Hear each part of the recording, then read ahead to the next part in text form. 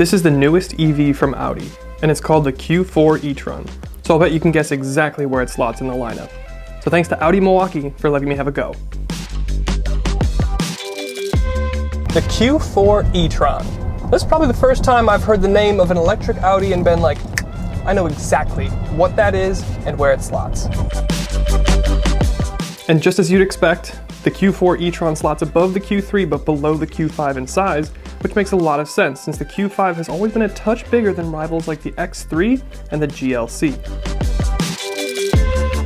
I think Audi will sell a bunch of these. They're the right size, and more importantly, they're the right price. The Q4 starts at $54,000, which is $4,000 less than a Tesla Model Y. Full transparency, this spec'd out prestige trim is $64 grand, which is a couple grand over the Tesla Model Y performance. And if I'm honest, this doesn't exactly give you Model Y fighting figures. Sure, it's dual motor, but it maxes out at 300 horsepower. 0 to 60 is good for 5.8, almost 6 seconds.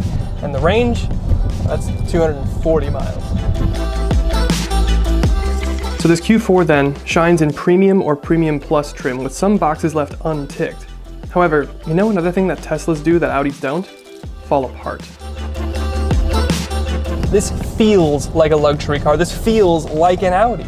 The build quality is exceptional. There are no creaks, there's no rattles in the cabin here, and the windows go up and down every single time I ask them to. And not to mention, I'd rather be sat here any day over anything in Tesla's lineup. The Q4 genuinely does feel better screwed together. It feels substantial and it feels familiar. You can roll on the power and feel it build like an internal combustion car. There are genuine differences between the drive modes and how they affect the manners of the car. And the ride and cabin isolation is exactly what you'd expect from the 4 rings. All of that is basically to say this Q4 isn't going to grab the crazy EV headlines that we're used to seeing. But this thing drives like something we're used to driving. It's nice, it's easy, the steering makes sense, the braking progression is good, the ride is excellent, the cabin is super quiet and refined and upscale. It's just kind of faultless. So with that, let's step outside. Okay, the Audi Q4 e-tron. This is one of the first times I've met an Audi electric car and knew exactly what was going on from just hearing the name. Now, of course, we've got the Q4, which means it's bigger than the Q3, smaller than the Q5. It's also e-tron, which means it's not gas, it's not hybrid, it's electric. So boom, immediately I know exactly what it is. There's no confusion whatsoever. So talking about this thing, I think to do some housekeeping. This rides on the same chassis architecture from VW Group as the ID4, which we got last year. But I will say that this is better than the ID4 pretty much everywhere, which makes a lot of sense for it being an Audi. But talking about the way that this thing looks, now the front fascia, to me, in this glacier white with the black optics, the way that this is spec'd looks a lot like the RSQ8 that International Autos also has on their lot right now. But more specifically, we've got a really short hood. And that's, well, it translates into the fact that you don't have any frunk storage, not even a little bit like you would have from the e-tron or the e-tron Sportback, you know, the other SUVs that I think are a little bit bigger. But there's no frunk storage here. What you do have is a grille, but it's really just kind of an applique. It's more of a styling component, and I think it looks good. It's familiar. It's easing that transition into EV while still looking handsome. And then down here, of course, you've got your 4 rings. This is mostly, well, not mostly, but it is entirely for, well, style, but also your adaptive cruise and your radar detection here as well. The badging is subtle. You have this e-tron kind of embossed here, and you have one on the back as well. But other than that, it's very simple styling, and that's kind of typical what we've seen with Audi. You have some cooling for your electric motors and your battery pack down here. The styling on Audis is typically pretty simple, elegant, and very contemporary, but their lighting package is really cool. It's a very simple LED running bar here, but you've got this Audi rings there in the headlight casing, which I think is just cool. Around the side, we've got gloss painted wheel arches, very nice. 20-inch wheels. This is the Prestige, so you get a specific wheel here. It's a Bridgestone. It's a little bit thinner to kind of maximize that balance between grip and also minimize rolling resistance to get you the most range. Again, we talked about 240 miles of range for this dual motor 300 horsepower variant. This is the S line, so it's a little bit more aggressive. We've got some nice wing mirrors here, black accents for your roof rails because this is black optics. You open the door and you do have Audi Puddle lights. which is pretty cool. Completely black window treatments, another black side blade down at the bottom, which reminds me of our time in the Porsche Macan GTS. So it's just kind of fun. It's a little bit more aggressive looking. Now the rear hip is flared a little bit here. This is your charging door, so you can plug in right here. And then again, you know, 20-inch wheel in the back. And then around the back, pretty subtle spoiler at the top, and then your black optics 4 rings, Q4 on the left, Quattro on the right. It doesn't say e-tron in a badge. It does say e-tron embossed on your lower bumper here, but again, it's body colored, so it's subtle, and I kind of like that. Again, your taillights are very, very cool. I love the design that Audi's giving you on the side here on the taillights these days. Very sweet. You have a diffuser style thing at the bottom. Overall, I think the exterior looks very good, but let's hop inside. Okay, getting in. My favorite thing about the car, I sit down, I'm just on the seat now. The screens have come to life, it's welcoming me. I put my foot on the brake, car's on. The key's just in my pocket, could be in my backpack, purse if you're a lady, or if you're a guy, I guess. It's just kind of cool. It's just super simple. It works the opposite way as well. So if you come to a complete stop, it'll hold you there. And then if you just open the door, it'll throw itself into park. And if you get out, and if you remove your weight from the seat, it will turn itself off. It's impossible to leave this thing running. It's impossible for this thing to like suck itself dry of charge. And I think that's just kind of cool. But then in terms of the actual design of this thing, the cabin is very Audi.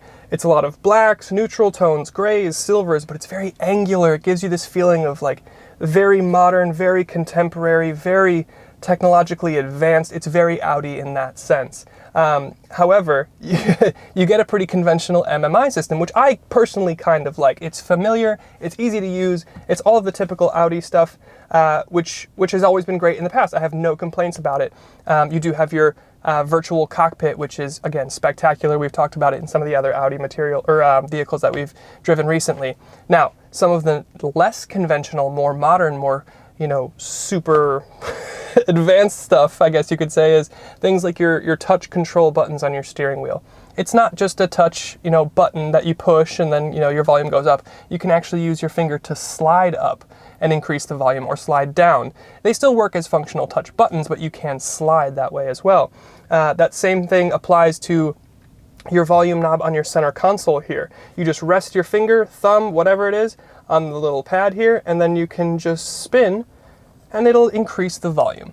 And then finally, it does the same thing with your sunroof. So you can just swipe back, open up your sunroof, swipe forward, oh, I want it closed, and then wherever it is, if you just touch, it'll stop, which is just kind of cool. I don't know, it's kind of interesting and novel in the moment. Would I find myself using it a lot? Maybe. I think the one that I would use most would be the sunroof, if I'm honest. The volume controls on the steering wheel, I would probably just use normally as I would. But that to be said, if you don't want to use the spinny volume knob on your center console here, there is not a secondary physical knob. You have to use it that way. So if your passenger wants to adjust volume, then, you know, they have to use the touch sensitive spinny thing. But anyway, you do have nice things. You have heated seats. You do not have cooled seats, which isn't a shock to me, although this is the Prestige trim, so maybe that would be nice. But the thing that I want to talk about that kind of dominates my experience right away is the amount of gloss black. Of course, you have it for your touch controls on your steering wheel. That's normal. But you have it here on your door card where you would have your hand to like open the door by the door lever. Your whole center stack here with your drive select, your start stop, your gear selector. This is all trimmed in gloss black. There's just a lot of like high gloss shiny surfaces in here, which I think will translate fingerprints a bit more than maybe I would like. So just keep a microfiber cloth in here. One of the coolest things, and I won't spend a lot of time with it, you have CarPlay, you have Android Auto, yes, typical, but you have an augmented reality, or you can spec an augmented reality navigation system. So in a head-up display, you can have it project on your windshield essentially where you need to turn, which is just super cool. We talked about some of the other Audis. That S8 that we were in uses the headlights to project onto the road where you need to turn. It's just really kind of cool. Now, personally, I probably would end up using Google Maps, but that's just me. One weird omission, we're here in a Prestige trim, throw it in reverse. I don't have 360 camera. I have reverse camera and parking sensors, and that's it. And that to me seems a bit off. But other than that, I think the cabin is very nice. It's a nice mix of modern and new with also some of the familiar touches that we're used to seeing. Now, in terms of the rear seat, you actually have a surprising amount of room back there. The Q5 is typically bigger than an X3 or a GLC, so this actually fits and competes in terms of an interior space very similarly to like a BMW X3, which I think is really nice. You have a big pano roof, which is great. You have a completely flat floor because this is a dedicated electric car, so you don't have a drive line going through the cabin. And then your trunk, it's perfectly good. And I think that might be time to head into the final thoughts.